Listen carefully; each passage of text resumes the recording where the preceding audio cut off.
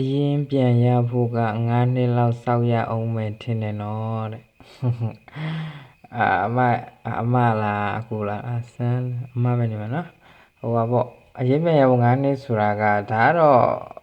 ငှက်ရေအတွက်ပေါ်မူတည်တယ်လို့ကိုယ့်ရဲ့အိမ်အကျယ်ဝန်းပေါ်မှာလည်းမူတည်တာပေါ့နော်အတဲကိုအကြီးဆောက်ပြီးတော့ငှက်ကနဲနေဆိုတော့ဒါမဖြစ်နိုင်ဘူးပေါ့နော်အချိန်အများကြီးပေးရမယ်ပြီးတော့တချို့ကငှက်နဲတဲ့နေရာမှာကိုက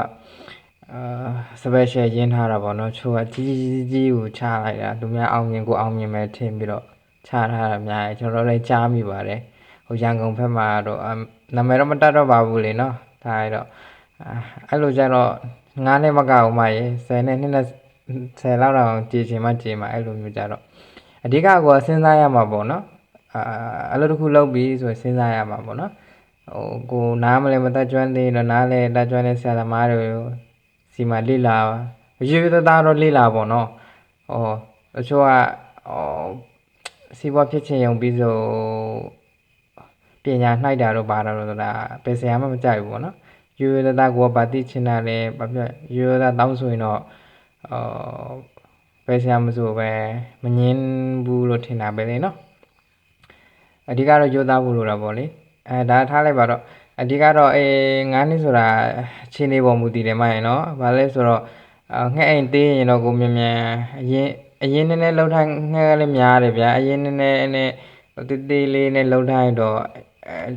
ဒါတော့နည်းနည်းရင်းကြည်ဖို့တော့နည်းနည်းမြန်တာပေါ့လေနော်အကျိုးမြန်ဖြစ်ထွန်းတာပေါ့လေ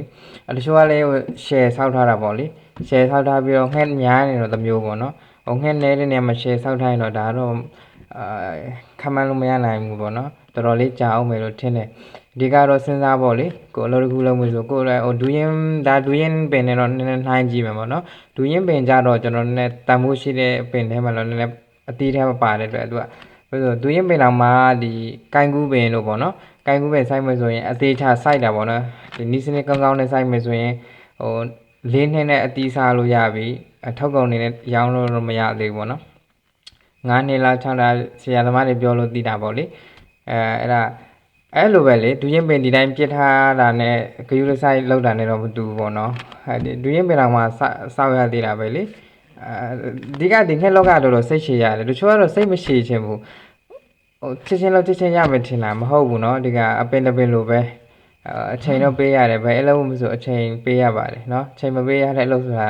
ခက်ရှားပါကျေးဇူးတင်ပါတယ်မဆက်ဆက်အဆင်ပြေပါစေလို့တောင်းဆိုပြုပေးပါတယ်เนาะ